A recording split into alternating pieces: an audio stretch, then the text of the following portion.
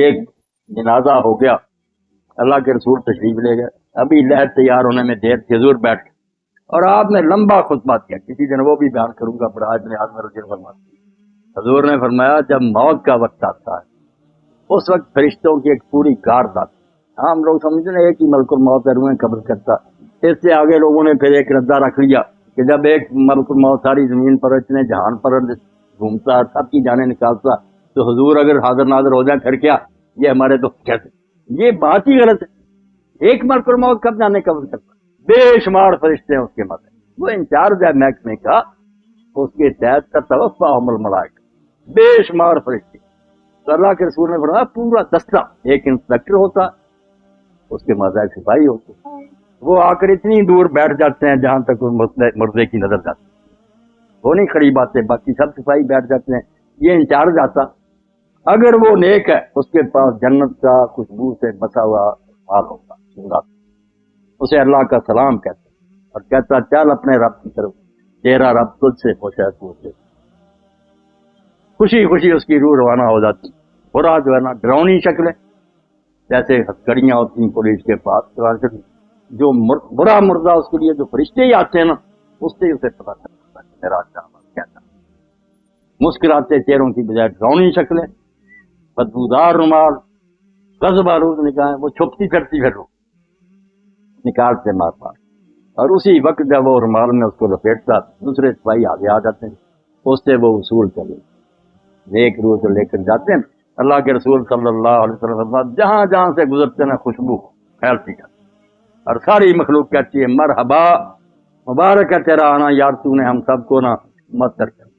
اور اگر برا بدبو پھیلتی اور سارا جہان لعنت کرتا کہ تو کیسی منحوس روح ہے، ہمارا دماغ ہی خراب ہے۔ آسمانوں پر جاتے ہیں، پھر وہاں اجازت مانگتے ہیں کہ دروازہ کھولا جائے، کھولتے جاتے ہیں، نیک کے 7 آسمان پر کے اللہ کی عدالت میں لے جاتے ہیں، حکم ہوتا ہے کہ اس کا سارا جو ہے نا اندراج وہ علیین میں کر دو۔ جو علیین سجین مشہور ہے، کوئی 2 جگہ جہاں روئے رہتی، غلط بات ہے۔ علیین سجین صرف آفس دفتر ہے، وہاں نیک لوگ جو ان کا اندراج ہوتا ہے، بہت ہو گیا، اس کی پوری کتاب جو زندگی کی وہ بھی جمع کرا دیا، یہ اس کا سارا ریکارڈ۔ دوبارہ حکم ہوتا ہے کہ زمین میں سے میں نے اس کو پیدا کیا، وہیں لے جاؤ، زمین سے ہی دوبارہ اس کو پیدا کرو، روحیں واپس آ جاتی ہیں پھر اسی قبر طرف۔ برے کی روح لے کر جاتے ہیں، جب حضور صلی اللہ علیہ وسلم فرمایا، اللہ کہتا نہ آسمان کے دروازے مت، میرے دربار میں نہ دفع کرو، گار دو، اس کو 7ویں زمین کے نیچے پھینک، وہاں رہ، وہاں سے نکالیں۔ لمبی حدیث ہے جو حضرت براہ نے آتی ہے۔ نیک لوگوں کی روحیں خوشی میں ہوتی ہیں، کیسی پاک زندگی ان کی، حدیث پاک میں آتا ہے سنن ابن ماجہ کہ جب اس کو فرشتے آ کر حساب کے لیے کہتے ہیں نا کہ جواب دو انسانوں، تو منظر دکھایا جاتا ہے سورج غروب ہونے کا۔ جب وہ مردہ ہوش میں آتا ہے اور فرشتوں کے سوالوں کے جواب دینا چاہتا، دیکھتا ہے کہ سورج غروب، عصر کا وقت بھی تنگ ہو، تو وہ کہتا دعو نہیں سر، مجھے ذرا مہلت دو، میں نماز پڑھ۔ وہ کہتے ہیں اللہ یار تو اسے کیا حساب ہے جس کو اس وقت نہیں نماز دیا؟ مگر یہ حال ان کا ہی ہے نا جو زندگی میں نمازی رہے، جن کو یہاں کبھی خیال ہی نہیں آیا کہ نماز نامی شاید بھی مسلمان کا کوئی کام ہے، انہوں نے وہاں نماز کو کیا یاد کر۔ یہ سچا مومن اس وقت کہتا ہے دیکھتے ہوئے کہ سورج جا رہا، تو کہتا ہے یار سوالوں کے جواب دوں گا میں، پہلے مجھے نماز پڑھ، بڑا خوش ہوتا۔ اور جب سوال کرتے ہیں تیرا رب کون ہے، تیرا دین کیا ہے، تیرا نبی کون ہے، دیتا تو کہتے ہیں ہم پہلے ہی جانتے تھے، اس سے پوچھے تو نے یہ کہا میں اللہ کی کتاب پڑھتا تھا، قرآن سے مجھے سب پتا، تو کہتے ہیں ہمیں تیرے بارے میں یہی چپ ہوا، سو جا، جیسے دلہن آرام سے سوتی ہے، اور روزانہ پھر اس کو جنت کا مقام دکھایا جاتا، ہر روز پردے ہٹا کے صبح شام وہ دیکھتا ہے کہ آخرت میں میرے لیے یہ خوشیاں، جیسے مہمان خانے میں ریسٹ ہاؤس میں بیٹھے نا، وہاں دیکھتا ہے کہ میرے لیے یہ انعام ہے، خوشیاں ہی خوشیاں، اور دوسرے کو صبح شام جہنم دکھائی جاتی، جیسے پھانسی گھاٹ دکھایا جاتا کیا یہ ہے تیرے لیے، اب پھانسی گڑے میں پڑنے، وہ بیچارہ پہلے ہی مرتا، مرنے سے پہلے روز مرتا کہ یہاں میں جانے والا ہوں۔ اللہ فرماتا ہے نار یعرضون علیہا غدوا، صبح و شام فرعون اور اس کی جماعت جہنم کے آگے سے گزارے جاتے، دکھائی جاتی، اور یوم القیامت یردون الی الجنہ، جب قیامت کا دن ہوگا سچ مچ داخل ہو جائیں۔ یعنی مرنے سے پہلے ہی فرشتوں کے شکلوں اور رویوں سے پتہ چل جاتا ہے میرا اجر کیا، اور بعد میں جو قبر میں جاتے ہی شروع ہو جاتا یا ایک سوال جو ہم لوگوں کو پریشان کرتا ہے، جب یہاں ہی سوال جواب ہوتے ہیں لوگوں کو ثواب عذاب ملنا شروع ہوتا ہے، قیامت میں پھر کیا ہوگا؟ جو کہتے ہیں صاحب صاحب قیامت کو ہونا ہے، ادھر آپ بیان کر رہے ہیں کہ سوال جواب ہوتے ہیں اور ثواب و عذاب ہوتا، یہ بھی آپ لوگ سمجھدار ہیں، سمجھنے کی بات ہے، ورنہ پریشانی ہوتی۔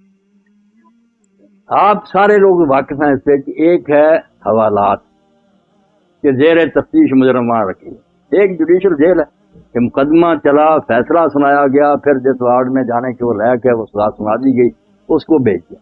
جہنم ہے جوڈیشل جیل، پورا مقدمہ سماعت ہو کے کس قسم کا مجرم ہے کہاں بھیجا جائے، یہ قیامت کی طرف۔ اور یہ جو ہے یہ صرف سرسری بات پر، جیسے پاسپورٹ دیکھا، ویزا دیکھا، چلو ادھر اس کو دے، یہ صرف ایسے ہے کہ یہ مہمان خانے میں بیٹھے ہوئے ہیں، خوشیاں منا رہے ہیں کہ آخری دعوت ہمارے لیے یہ ہے، جنت دکھائی جاتی، برے ڈر رہے ہیں۔ اب یہاں یہ بھی سوال پیدا ہوتا ہے کہ ساتھ ساتھ ہی کیوں نہیں معاملہ طے ہو جاتا؟ اللہ تعالیٰ اب ابھی فیصلہ کر دے، اس کو جہنم بھیج دے، اس کو جنت۔ یہ کیوں ہے دو مرحلے کے؟ قبر میں صرف سرسری بات پر ہے، آخرت میں پھر جہنم میں جنت۔ یہ چیزیں آپ چونکہ پڑھے لکھے ہیں اور یہ چیزیں ضرور کی ہیں کہ عقیدہ جو آخرت کا اس کو سمجھے۔ بات اصل میں یہ، اور بڑی نازک بات ہے جو قرآن حدیث نے بتائی، توبہ توبہ ہم اس کی طرف دھیان نہیں کرتے کہ نیکی بدی وہ نہیں جو آپ نے مرنے تک کی، کھاتا آپ کا بند نہیں، آپ مر گئے کھاتا نہیں۔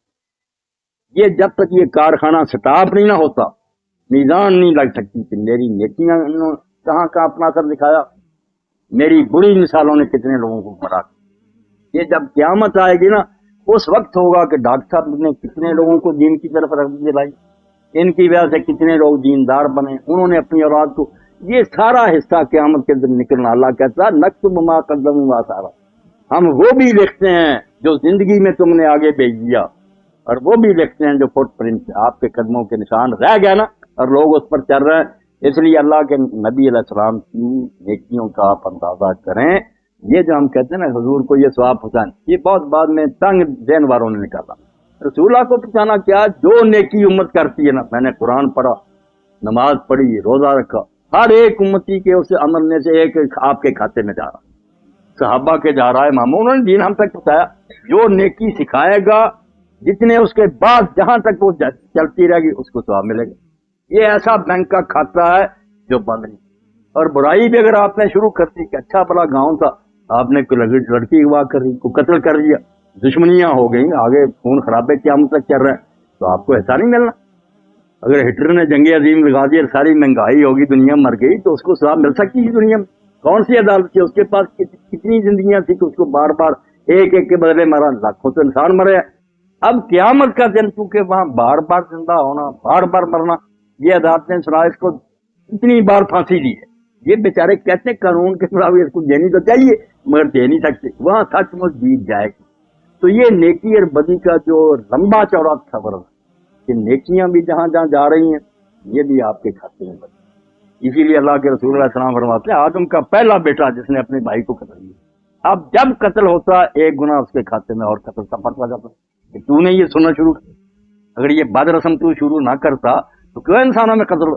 اب جب تک قیامت نہیں آتی آپ سمجھ جائے کہ کھاتا نہیں پتا چل سکتا کہ اس کی نیکیاں کتنی بنی، برائیاں کتنی بنی۔ اس لیے محتاط رہنا چاہیے کہ میں اپنے طرز عمل سے کہیں اولاد کو گمراہ نہ کر لوں، میرے دوست نہ بگڑ جائیں، میرا خطبہ سننے والے نہ، میں مر جاؤں گا مگر میرے گناہ کی جو گٹھڑی ہے یہ بھاری ہوتی جائے گی۔ کوشش کروں کہ میں اچھی مثال قائم کروں تاکہ اس پر لوگ چلیں تو میرے مرنے کے بعد بھی وہ ثواب مجھے پہنچ جائے۔ اس لیے اس کے سوا کوئی چارہ نہیں کہ جاتے وقت صرف سرسری کاغذات دیکھے جائیں، ان کو مہمان خانے میں ٹھہرا دیا جائے، ان کو حوالات میں بند کر دیں اور انتظار کریں آخری عدالت کا کہ جب آخری عدالت آئے گی پھر ہاتھ پاؤں بولیں گے، فرشتے گواہی دیں گے، زمین بولے گی، سارا تیرے نیکی بڑی کا کچا چٹا آ جائے گا، جنت دوزخ کا فیصلہ اس وقت میں۔ اور جنت دوزخ بھی کوئی ایک نہیں، اب جنت کا نبی علیہ السلام نے فرمایا کہ تم سمجھو بس جنت میں چلے ایک برابر ہے، وہاں 100 درجہ جنت۔ ہم دیکھتے ہیں نا کہ بینک بنے اتنی منزل، 100 منزل، اور منزل بھی اتنی دور، فرمایا یہ زمین ہے جتنی دور آسمان ہے وہاں دوسری جنت، اتنی دور ہی پھر تیسری جنت، 100 آسمان زمین جو ہے اتنے، اور سب سے آخری جو ہے وہ فردوس، سب سے آخری، جس میں اللہ کے رسول نے فرمایا اس کی جو چھت ہے اور اللہ کے عرش سے نیچے سب سے اوپر اللہ کا تخت ہے، اس سے اوپر فردوس کی چھت ہے۔ اس فردوس کی چھت کا نام عربی زبان میں الوسیلہ ہے، اور وہ صرف ایک بندے کو الاٹ ہوگا ساری کائنات میں۔ وہ کتنا خوش قسمت ہوگا، اور وہ کون ہے؟ خود محمد رسول اللہ صلی اللہ علیہ وسلم۔ فرمایا وہ ایک آدمی کو ملنا ہے، اور امید ہے کہ میں ہی ہوں، مگر میں دعویٰ نہیں کر سکتا، تم میرے لیے اذان کے بعد وہ مانگو۔ اس لیے ہم جو ہے صلی اللہ علیہ وسلم میرے لیے وہ مقام اور مرتبہ مانگو۔ ہم کہتے ہیں آتے محمد علیہ کہ اللہ جو تیرے قریب کا وہ مقام ہے وہ حضور کے۔ تو جنت میں بھی بہت مراتب، اس لیے جتنی جتنی نیکیاں بنے گی، کچھ نیچے کی منزل میں رہ جائے گا، کوئی دوسری میں، کوئی 100ویں میں پہنچے گا، اور جہنم میں بھی اسی طرح تب بہت تب ایک ہی نہیں، سارے ایسے ہی مجرم ایک ہی طرح اکٹھے کر لیں نہیں، جیسے پھانسی والوں کی کوٹھیاں الگ ہیں، دوسروں کی آسانیاں، جہنم میں کسی کے گناہ معمولی ہے اس کو ہلکا عذاب ہوگا۔ جیسے ابو طالب میں رسول اللہ کے چچا، تو نبی علیہ السلام سے جب پوچھا کہ اللہ کے رسول، حضرت عباس نے پوچھا، بھائی تھے ان کے ابو طالب کہ آپ کے چچا نے آپ کی اتنی حمایت، دشمنوں کے مقابلے میں اس طرح وہ سینہ تان کر کھڑا رہا، حفاظت کرتا، آپ کی اس امداد سے اس کو کوئی نفع پہنچا؟ تو حضور نے فرمایا میری امداد اور حفاظت کی برکت ہے کہ جہنم میں سب سے ہلکا عذاب ابتال، ورنہ اگر نہ ہوتا تو درمیان جہنم کے ہوتے۔ اب میرا ساتھ دینے کی برکت یہ ہے کہ پھر جوتیاں آگ کی ہوں گی، توبہ، اس سے بھی دماغ کھول رہا ہے۔